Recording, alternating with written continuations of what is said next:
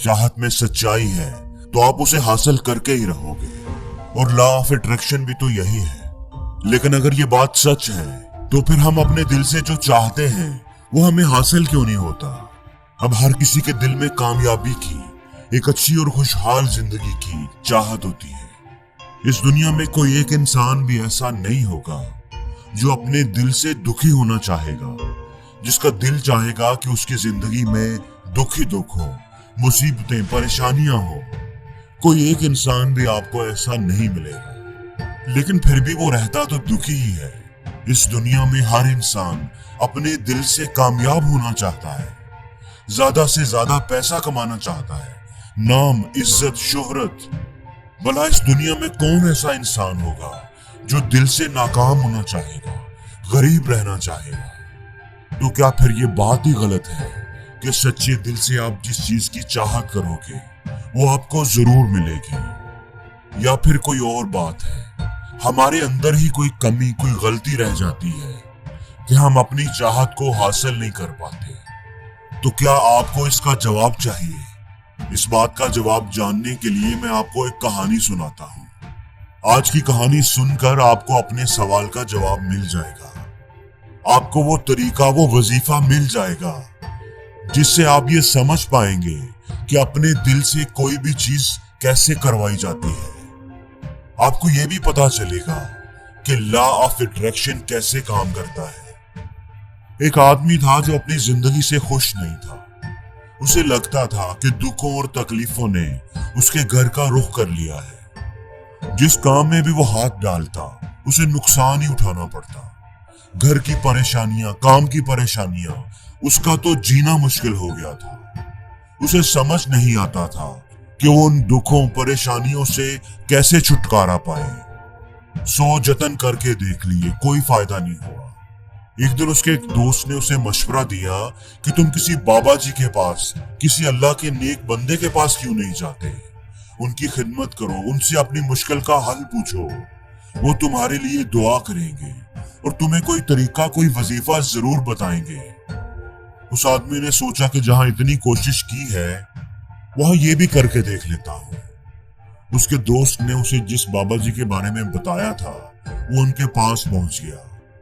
कितने ही लोग वहां पहले से मौजूद थे। वो एक एक करके बाबा जी के पास जाते और अपनी मुश्किल उनसे बयान करते। बाबा जी उनके लिए दुआ करते और उन्हें कोई वजीफा भी बताते।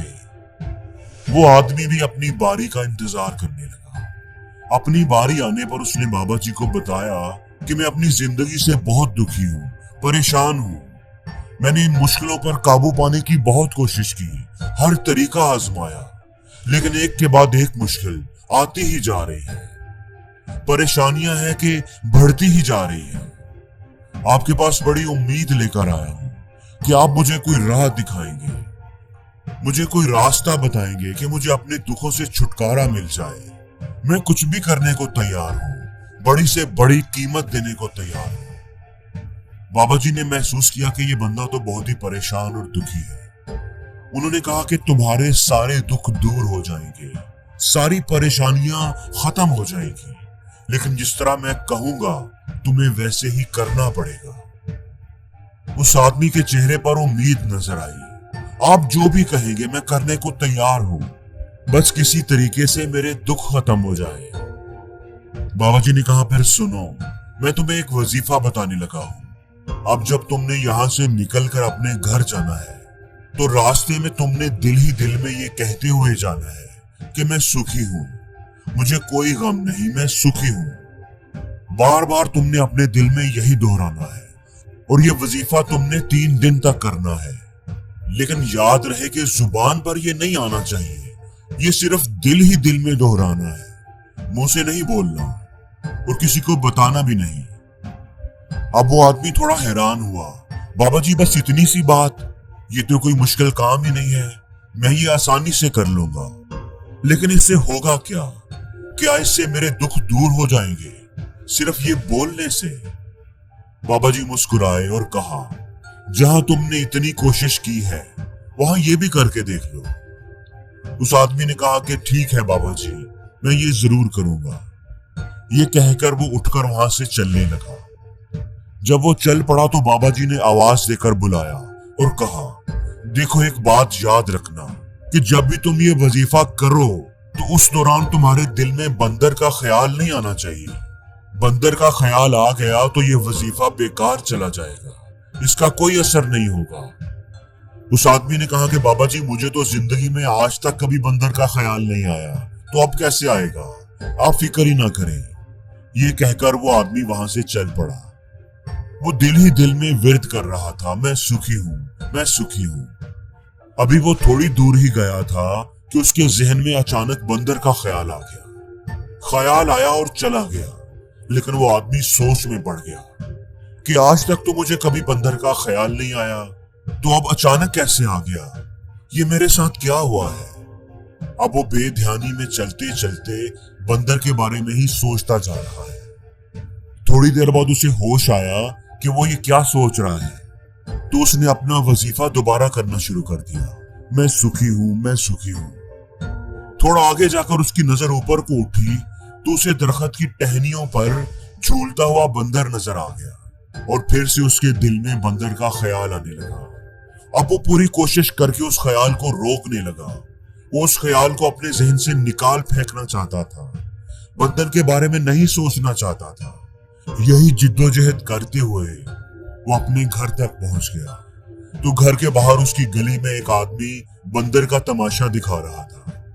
अब तो वो आदमी सच में परेशान हो गया कि ये किस तरह का वजीफा है। आज तक तो मुझे कभी बंदर का ख्याल नहीं आया, लेकिन आज मुझे क्या हो गया है। अब मुझे हर तरफ बंदर ही बंदर नजर आ रहे हैं।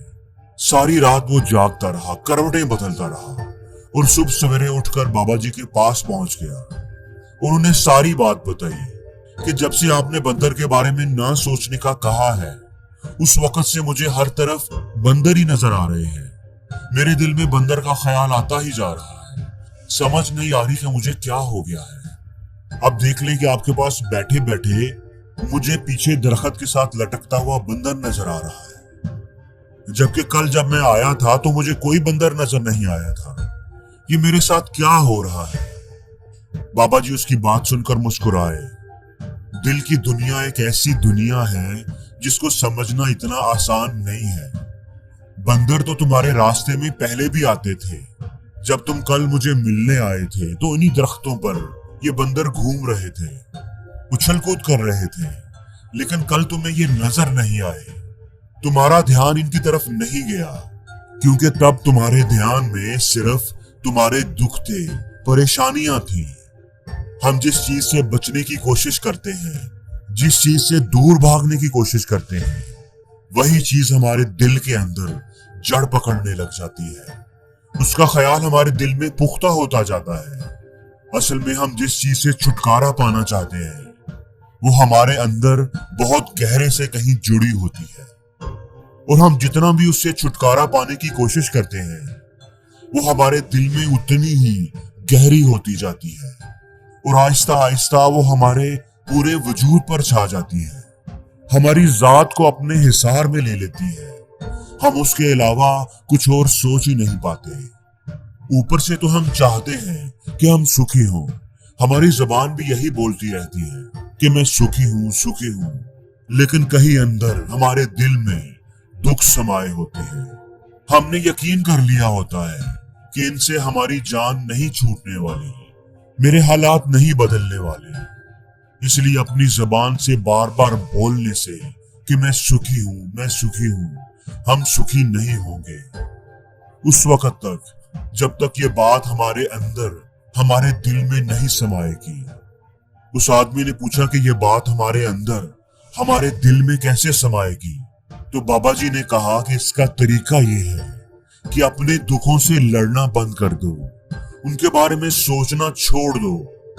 जब तक अपने दुखों को दूर करने का सोचते रहोगे तब तक वो दुख तुमसे चिपके रहेंगे, और जिस दिन तुमने उन दुखों के बारे सोचना ही छोड़ दिया, उन पर फोकस करना छोड़ दिया, वो दुख तुम्हारी जिंदगी से गायब होने लगेंगे।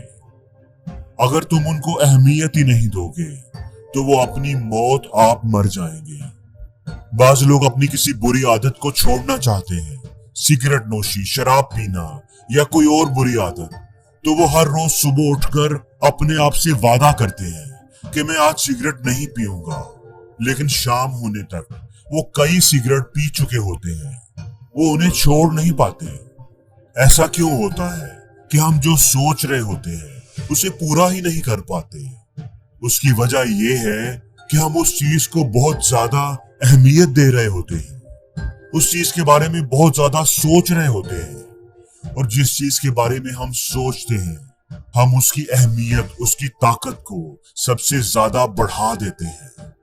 हम अगर सिगरेट छोड़ने के बारे में ज्यादा सोचेंगे, सोचते रहेंगे कि छोड़ दूंगा, अब नहीं पीऊंगा, तलब हो रही है, नहीं पीऊंगा, हम जितना किसी चीज के बारे में ज्यादा सोचेंगे हमारा दिल उस चीज के पीछे ज्यादा जाएगा। हमें उस चीज से लड़ना नहीं है, बल्कि बिना लड़े, बिना उस चीज के बारे में सोचे गुजर जाना है। अगर हमने ये बात समझ ली तो जिस चीज को भी हम हासिल करना चाहें उसे अपने दिल में बिठा सकते हैं, और अगर एक बार वो चीज हमारे दिल में बैठ गई तो फिर हमें उसे हासिल करने से कोई नहीं रोक सकता।